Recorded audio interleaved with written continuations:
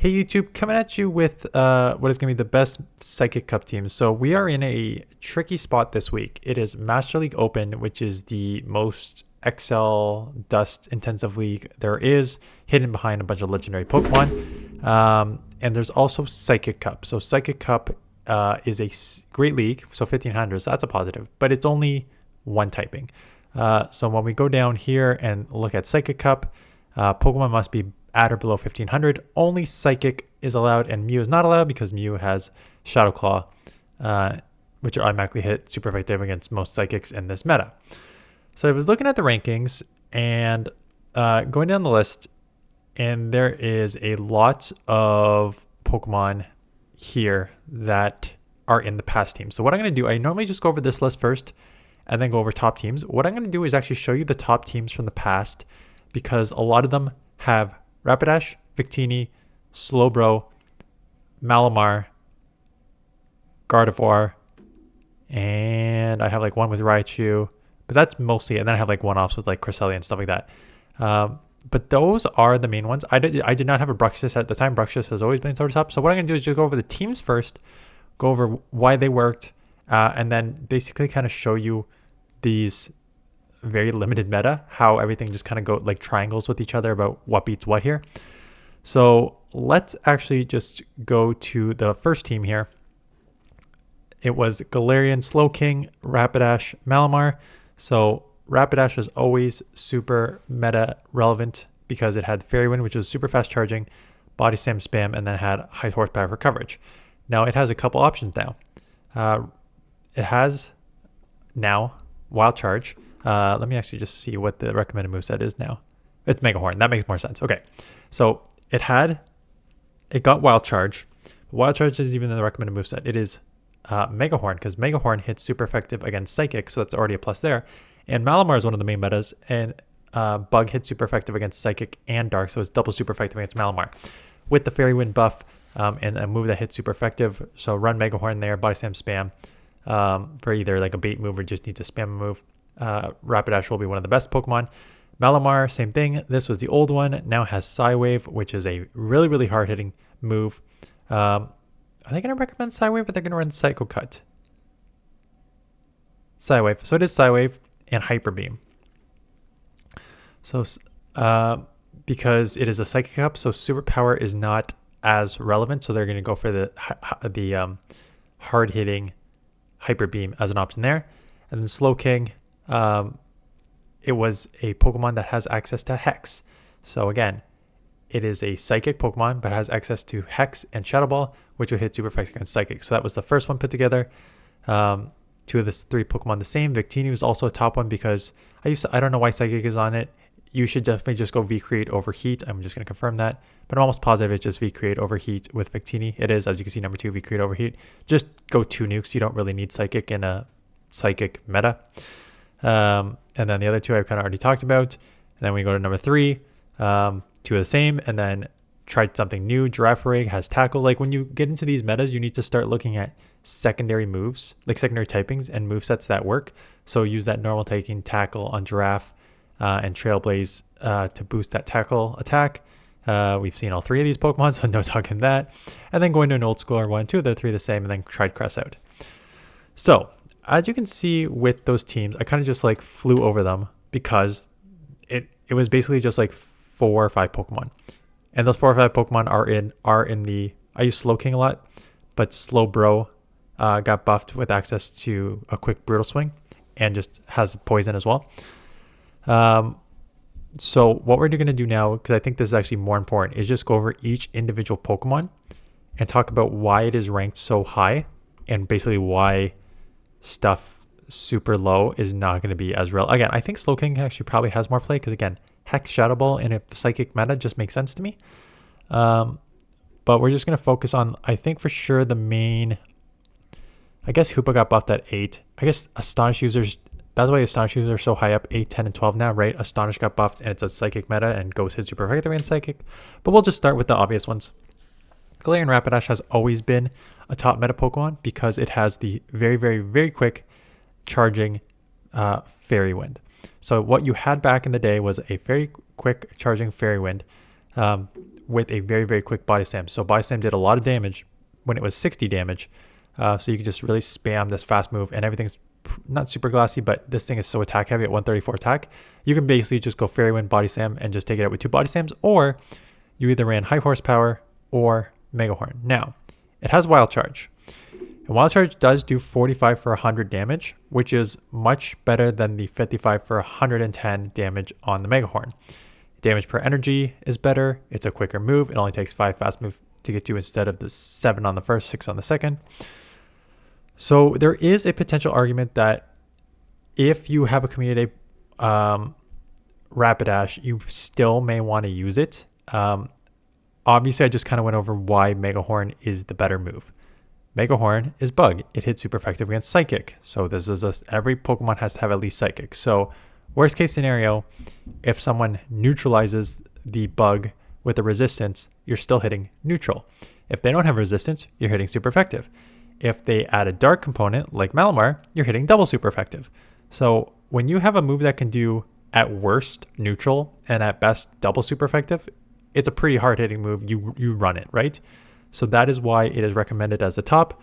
When we look at the matchups here in the Psychic Cup, it has a 5-7 record. Again, that does not seem great on the surface. I believe if you probably maybe get ahead with the Fairy Wind, or if you bait something, you'll probably win a lot. So one Fairy Wind gives you a 9-4 record and bumps that all up. So that is its kind of strength. It's just very, very spammy. And then if you get like one Fairy Wind ahead, it's going to dominate a lot. Again, it is ranked 1, and it's always been one of the strongest, as you saw in all the teams last year. I am interested to see how much this body slam nerf affects it. And if you take away, if you like reset this, like getting ahead on energy, let's say you lead it and you're just in that sort of even scenario, you only have a 5-7 record. I'm wondering if maybe you can spam more in the 2 shield, or if you're so glassy. 6-6, so better record but worse average overall. That's because you're just too glassy. Maybe in the 0s you can just Mega Horn and bail. No, 6-6. And I think a lot of this is coming down to that body slam. Like I said in the past, you were able at 60 damage to just go Fairy Wind, body slam, Fairy Wind, body slam. So even if you baited, you were still taking most things out in 2 body slams.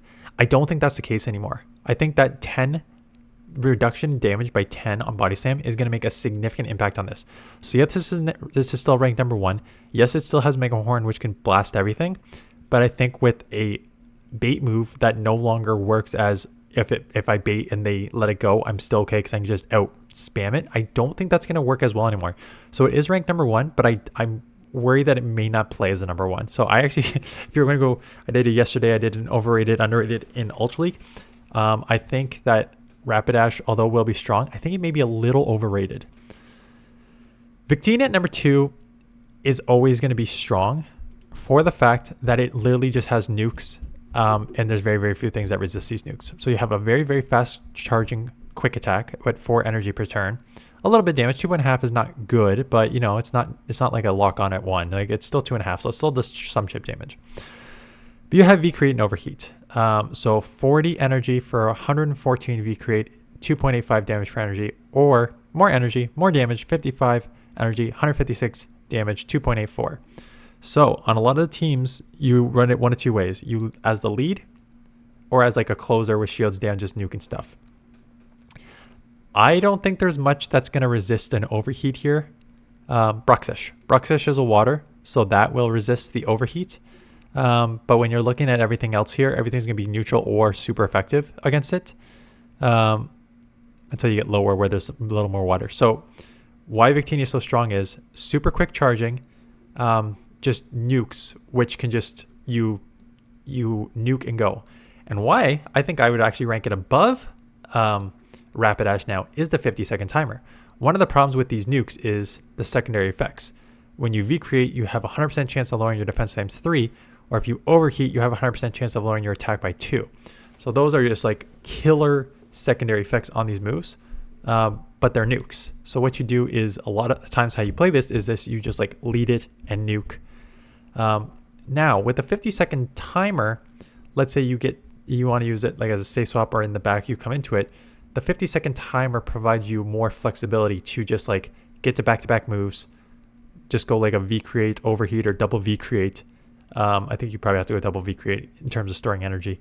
Double V create and then leave as the timer is now quicker to leave. So I think with the shorter timer and the reduction in body slam to Rapidash, I'd probably move Victini up. So I think it's going to be very strong. So I use Slowking, Galarian Slowking constantly. And the reason I used Slowking as 17 here was because it had Hex and Shadow Ball, right? Hex is more fast charging, but still does some damage. And Shadow Ball, again, Ghost, hitting super effective in a psychic meta. Slowbro Galarian is ranked number 3. And it gets up there for, I think, 2 reasons. And the one, it's still just got like a okay stat product, but it's a balanced stat product. So it's like 120 attack, which is like a decent attack product. 145 stamina, which is good. 108 defense is not great, but 145 stamina is not bad. So you're from that perspective, you're okay. You have a hard-hitting Poison Jab, and it's always been hard. Like Poison Jab with Stab has always been a hard-hitting move. But now, most importantly, you have Brutal Swing. And Brutal Swing had its energy reduced to 30. It had its damage reduced, sure, but it also has its energy reduced to 35. So what you're doing now is you have a hard-hitting Poison Jab, which is really going to add up on a lot of Pokemon. And then you have what is, again, a Dark move and a Psychic Cup. So Dark hits super effective against Psychic. You now have a super effective Dark move at the quickest energy you can get, 35. So fast move counts as 5. So 5 hard-hitting Poison Jabs to get to a super effective Brutal Swing. Yes, it's only 1.57 damage per energy, but you add on the super effective damage, that's going to go up a lot. And then you have your, in case you get into like a Malamar matchup where Brutal Swing is resisted, you have a Sludge Bomb as your secondary move. So with the hard-hitting Poison Jab, but more importantly, the very, very, very quick Brutal Swing now hitting super effective against everything, it's going to be pretty strong. They finally made Claydol relevant. For those of you who have not been playing GBL for a while, they have buffed Claydol, I think like 5 seasons now, and 4 seasons it was still irrelevant, even though they've buffed and buffed and buffed and buffed. Now it's got a buff Mud Slap with a Shadow Ball at the back end here. So what you have here now is a very, very, very bulky Pokemon, 173 defense, 121 stamina, over 2100 overall, low attack. So just again, think of your like low attack, high defense and stamina, overall high Pokemon back in the day, like your Lanturns, Azumarill, stuff like that. But you now have the hard-hitting Mud Slap, very, very, very hard-hitting Mud Slap at 4.8 damage per energy. Okay energy per turn. 4.8 damage per turn. Okay energy per turn, 3.33.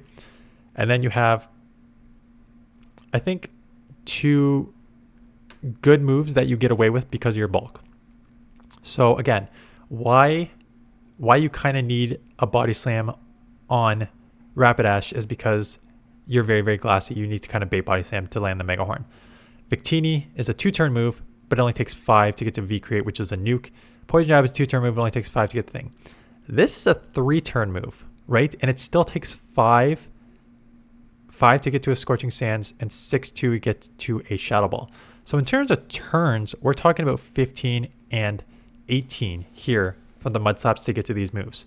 So yes, these are good sort of damage per energy moves, 1.92 at 50. 1.82 is not good on a non-stat Pokemon, but when you can hit super effective against other Psychic Pokemon, it makes sense.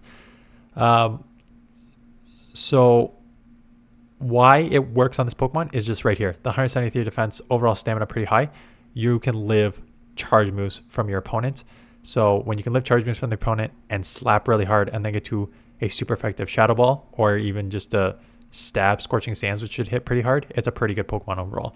So you didn't see Claydol in any of the past seasons because again, they tried to buff it 100 times and it did not work. But now the Mud Slap buffed will work with a Shadow Ball in this limited meta. Malamar was always relevant because again, it's a Psychic Cup and you're Dark. So as a Dark type Pokemon, you resist all the Psychic moves, and as a Dark type Pokemon, you can hit super effective against Psychic. So it's not rocket science why Malamar was always ranked high. Psywave is an interesting one. So what, and I get it, but I'm also not fully convinced that this is the right move. So obviously in terms of it's got two things going for it. It's a 1-turn move, and the damage per turn is insane. However, if the damage per turn is insane in a meta that is only going to resist Psywave, what's the point, right? Because you're going to have everything, like, yes, it's going to do so much more damage, but you're automatically just going to cut this. I don't think it's half, but you're going to cut the damage that it does anyways. But it does half less energy per turn.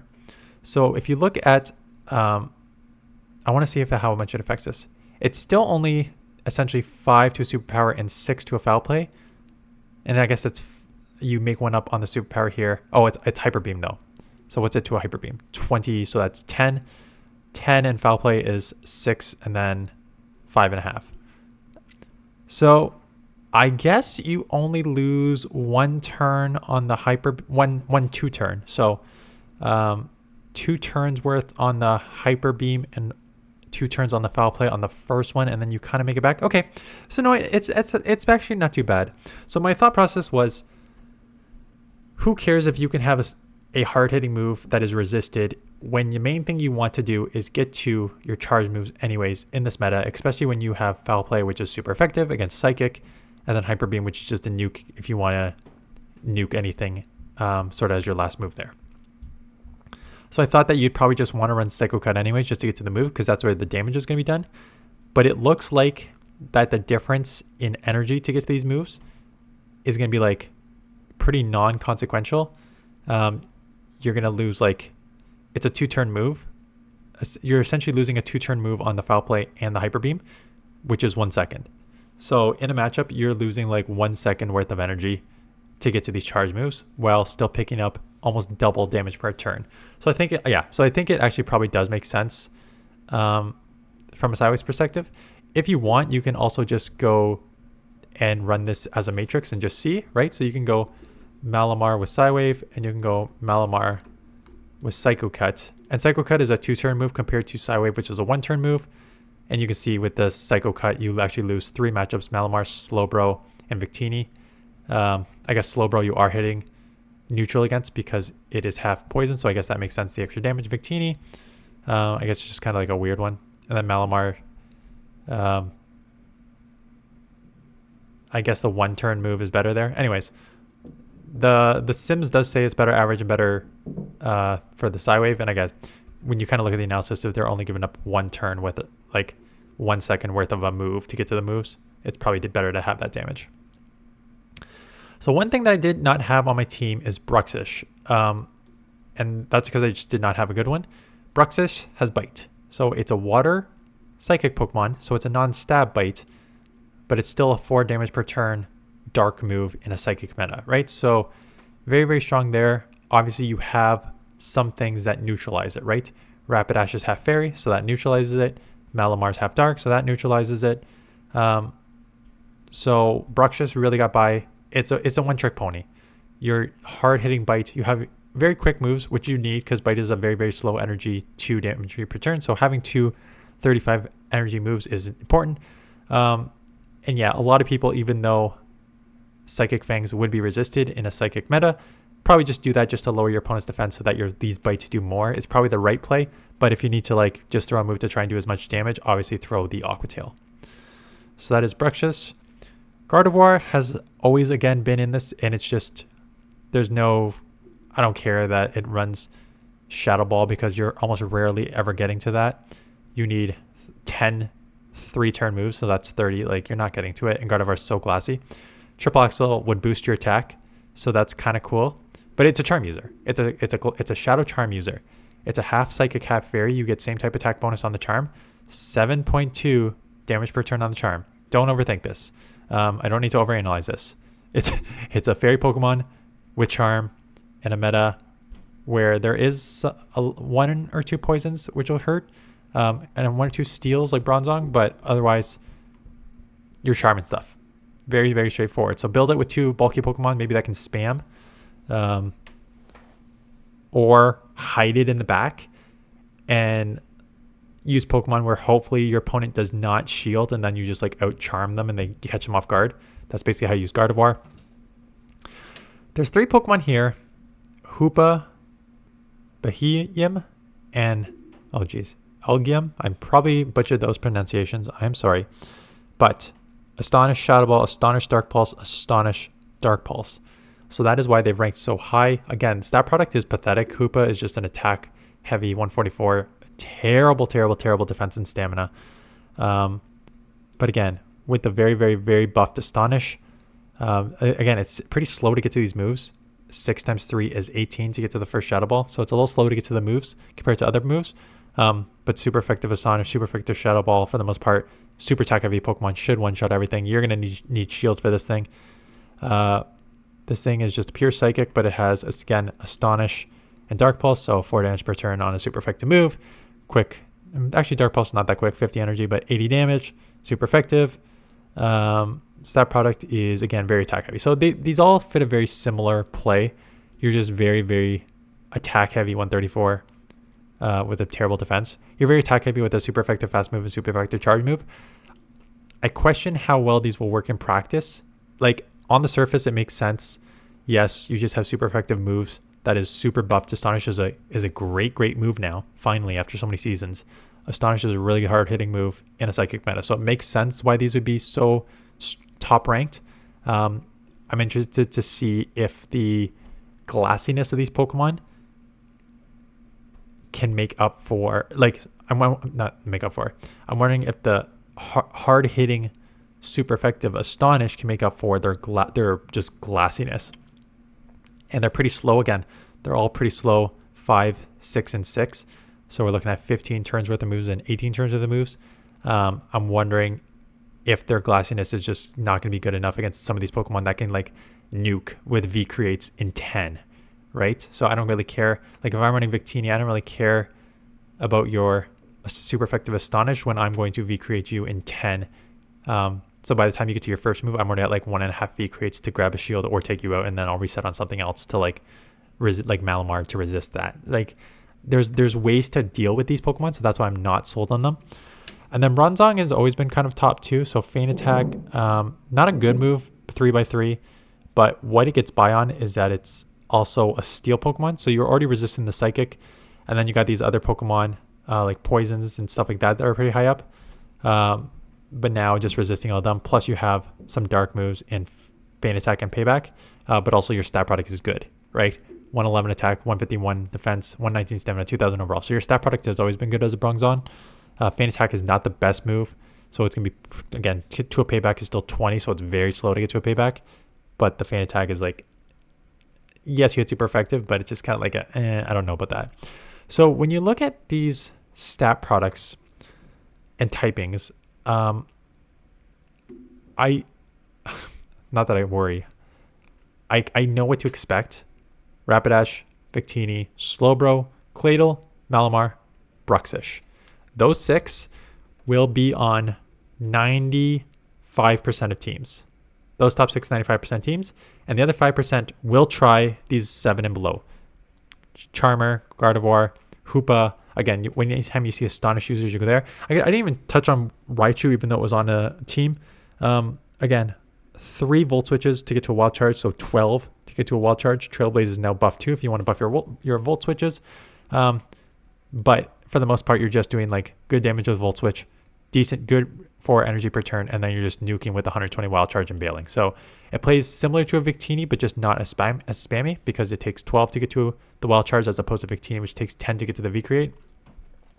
And then your stat product is probably pretty bad as well. Yeah, really bad. 136 attack, 111 defense, 108 stamina, so very, very, very glassy. So it's just a worse version of Victini, quite honestly, because Victini has a more balanced stat product for 1855 overall, so you can take some moves as opposed to Raichu, which cannot. So I think you probably just use Victini if you have it. If you don't, and you want to substitute something that plays similar role, sure, Raichu can fit that bill. But I would probably use Victini. And again, some people may try these other Pokemon. There's no point. And look at the difference between, I was going to say the 6, but it's really the 5 if you look at the overall score. 93, 93, 93, 92, 92. Bruxish steps down to 88, which is not amazing, but there's a pretty big difference there because, again, could get walled by some Pokemon, but still dominates some Pokemon. And then you're getting down to the mid 80s and below here. So I think it will be a very 6 Pokemon heavy meta with some people using the other Pokemon, which you saw in the previous teams that I put out there. You just have a lot of Pokemon. So you have one or two options.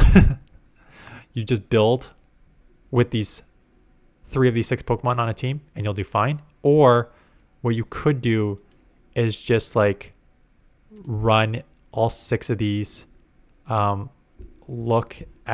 just run all 6 matchups and see if there's like any core breakers or anything that does extremely well against like the top, I was gonna say 6, but you can just go down here. So like Claydol Malamar will deal with Slowbro. This is Claydol.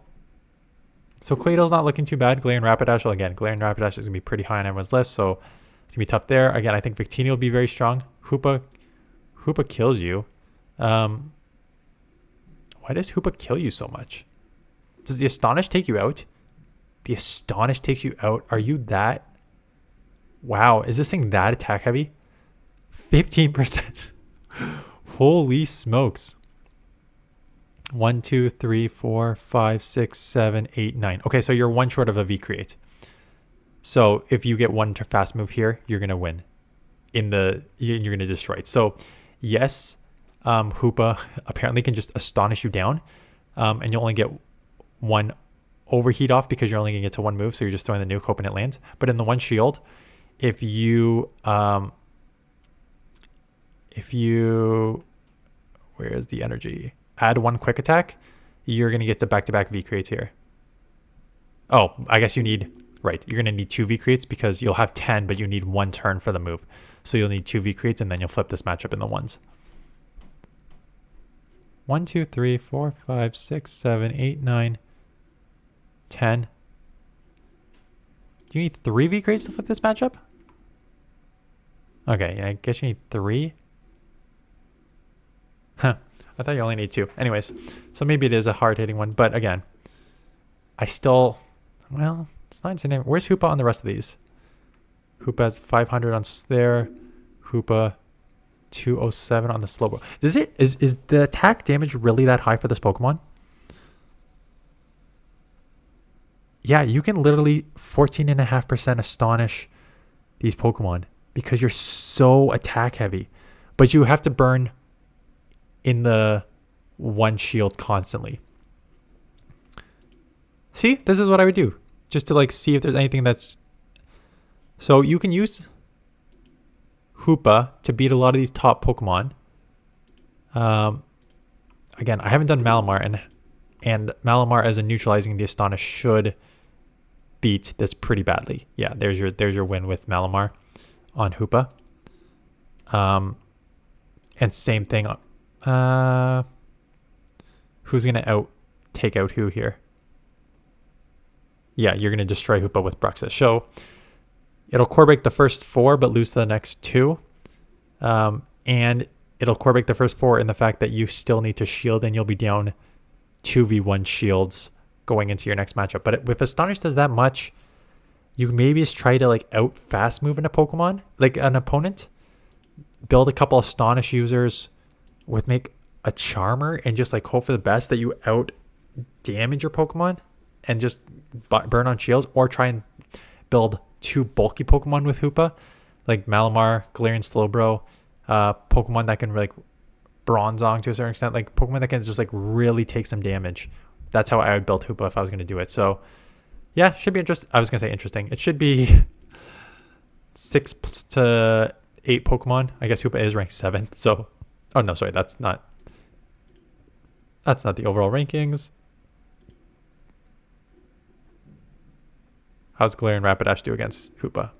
Galarian Rapidash barely beats Hoopa. So I guess you actually don't even beat the top one. But it is ranked 8. So again, I still just expect a full dose of the top 6, but I guess Gardevoir and Hoopa, and if you want just to use some of these attack heavy Pokemon and just try and like out astonish your opponent, perhaps there's a play like that. Maybe I'll do that for the first one just to test it. I'm actually just like super curious now. Don't get me wrong.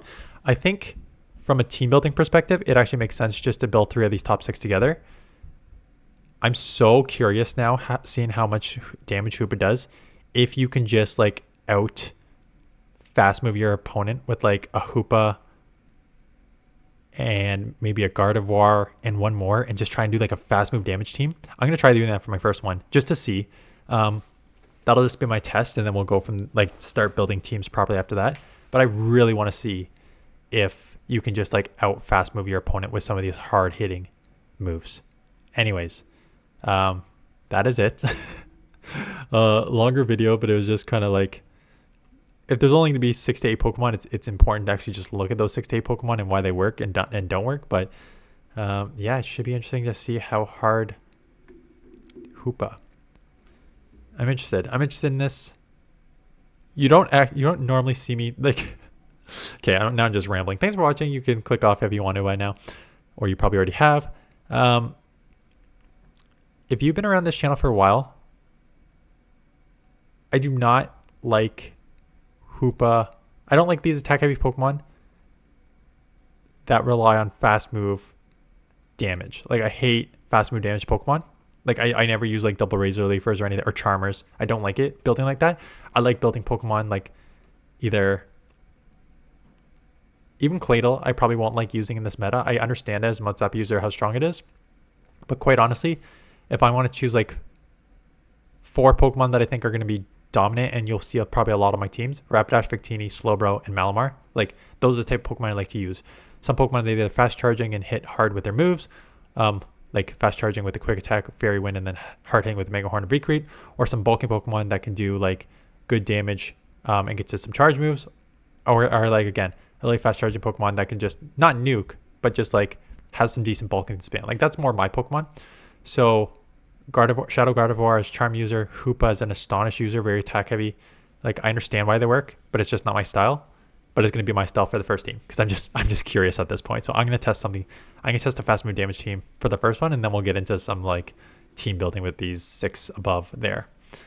Anyways, that's a lot of rambling. Thanks for watching. Let me know your comments, thoughts below. I'm not optimistic about a lot of people playing this cup this week, but when your option is Master League, if you want to play, you're probably playing this, or you're not playing at all this week. I mean, don't get me wrong. Master League has its like people that play it, and I'll do a Master League team this afternoon. But I think for the most part, a lot more people will be playing this or not playing at all. Anyways, that's it. Thanks for watching. See you guys in the next one.